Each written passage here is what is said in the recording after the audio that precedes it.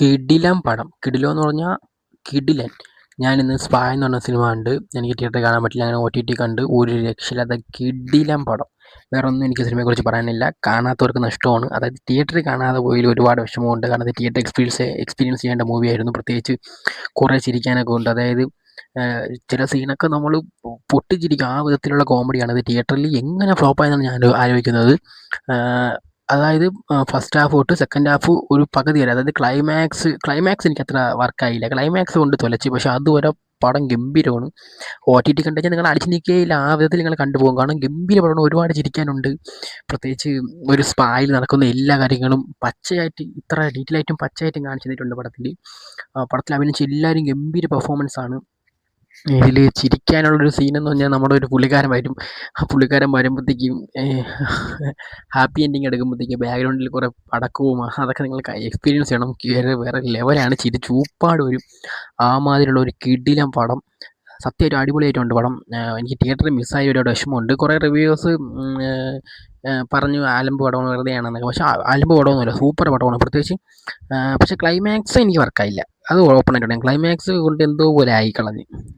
ക്ലൈമാക്സും കൂടെ ഒന്ന് അടിപൊളി ആക്കിയിരുന്നെങ്കിൽ ചിലപ്പോൾ തിയേറ്ററിൽ ഒന്ന് ഹിറ്റായേനെ. എന്നൊരു സർട്ടിഫിക്കേഷൻ കൊടുത്തത് എന്തെന്ന് വെച്ച് കഴിഞ്ഞാൽ, അതിൽ കാണിക്കുന്ന ചില കാര്യങ്ങൾ അത് ഫാമിലി ആയിട്ടൊക്കെ പോയിരിക്കുമ്പോൾ കുറച്ച് ഡിസ്റ്റർബൻസ് ഉണ്ടാക്കാം. അതുകൊണ്ടായിരിക്കും അതിന് സർട്ടിഫിക്കേഷൻ കൊടുത്തത്. പക്ഷേ അതൊന്നും പടത്തിൻ്റെ ആസ്വാദനത്തെ ബാധിക്കില്ല. ഗംഭീര പടമാണ്. ചിരിക്കാനൊക്കെ ഒരുപാടുണ്ട്. ഇത് ഫാമിലി ഓഡിയൻസിനും അത്യാവശ്യം വർക്കാവുന്ന ടൈപ്പ് ഒരു ടെംപ്ലേറ്റ് തന്നെയാണ്. അങ്ങനത്തെ കുറച്ച് സീൻസ് ഉണ്ട്. അത് നമ്മൾ അതൊരു സ്പാ ചുറ്റിപ്പറ്റിയാകുമ്പോൾ അതിലെന്തായാലും നടക്കുന്ന കുറച്ച് കാര്യങ്ങളാണ്. അതായത് ഇതിൽ മെയിനായിട്ട് അവർ ഫോക്കസ് ചെയ്തിട്ടുള്ളത്. പക്ഷേ പടം ഒരു രക്ഷയില്ല. ഗംഭീരമാണ്. എനിക്ക് എബിൻ ഷൈൻ്റെ പടങ്ങളൊക്കെ ഭയങ്കര ഇഷ്ടമാണ്. കാരണം പുള്ളിക്കാരൻ ഒരു അടിപൊളി ഡയറക്ടറാണ്. ഇത്തരത്തിലുള്ളൊരു ജോണർ പുള്ളിക്കാരൻ എടുത്തു. അതിൽ ഒരു അതായത് വളരെ ഡീറ്റെയിൽ ആയിട്ട് കാണിച്ചിട്ടുണ്ട്. അതെന്താണെന്നും സ്പാ എന്താണെന്നും എല്ലാം ഡീറ്റെയിൽ ആയിട്ട് കാണിച്ചിട്ടുണ്ട്. പിന്നെ സ്പായിൽ വരുന്ന ഓരോ ആൾക്കാരുടെ മെൻറ്റാലിറ്റിയും എല്ലാം ഇതിൽ ഡീറ്റെയിൽ ആയിട്ട് കാണിച്ചിട്ടുണ്ട്. പിന്നെ അവിടെ വരെ ഒരു സ്ത്രീയോട് എങ്ങനെ പെരുമാറണം എന്നും ഉള്ള ഒരു പർട്ടിക്കുലർ ഷോട്ട് ഈ സിനിമയിലുണ്ട്. അത് അടിപൊളിയായിട്ടുണ്ടായിരുന്നു. ആ ഷോട്ടിൽ ആ പുള്ളിക്കാരി പ്രതികരിച്ചതും എല്ലാം അടിപൊളിയാണ്. അപ്പോൾ നമ്മൾ പുറമേ കാണുന്നവരല്ല, പലരും മാന്യമായിട്ട് നടിച്ചിട്ട് അവരുടെ ഉള്ളിൽ പലതും ഉണ്ടെന്നൊക്കെ ഇത് കാണുമ്പോൾ മനസ്സിലാവും. പക്ഷേ അടിപൊളി സിനിമയാണ്. സത്യമായിട്ടും അടിപൊളിയാണ്. OTT-യിലായതുകൊണ്ട് പലർക്കും കാണാം.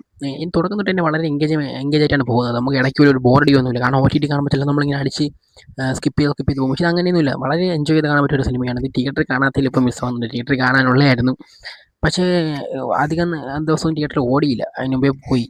പിന്നെ എബിൻ ഷൈൻ്റെ ഭാഗത്തു നിന്നും കുറച്ച് മിസ്റ്റേക്കുകളുണ്ട്. കാരണം പുള്ളിക്കാരൻ ട്രെയിലറൊക്കെ സിനിമ ഇറങ്ങി കുറേ കഴിഞ്ഞിട്ട് റിലീസ് ചെയ്ത്. ആ ട്രെയിലർ തന്നെ അടിപൊളിയായിരുന്നു കണ്ടുകൊണ്ടിരിക്കാൻ. അപ്പോൾ അതൊക്കെ നേരത്തെ ഇറങ്ങിയ ഒരുപാട് ഓടിയേനെ. എന്തായാലും എനിക്ക് വളരെയധികം ഇഷ്ടപ്പെട്ടു. OTT-യിലാണെങ്കിലും ഒരു അടിപൊളി പടം കണ്ടൊരു ഫീലുണ്ട്. ക്ലൈമാക്സ് ഒഴിച്ച് ബാക്കി എല്ലാം ഗംഭീരമാണ്. അപ്പോൾ കാണാത്തവരത് കണ്ടു നോക്കുക. പിന്നെ ചാനൽ ആദ്യമായിട്ട് കാണുന്നവരാണെങ്കിൽ ഒന്ന് സബ്സ്ക്രൈബ് ചെയ്ത് സപ്പോർട്ട് ചെയ്യും പ്ലീസ്.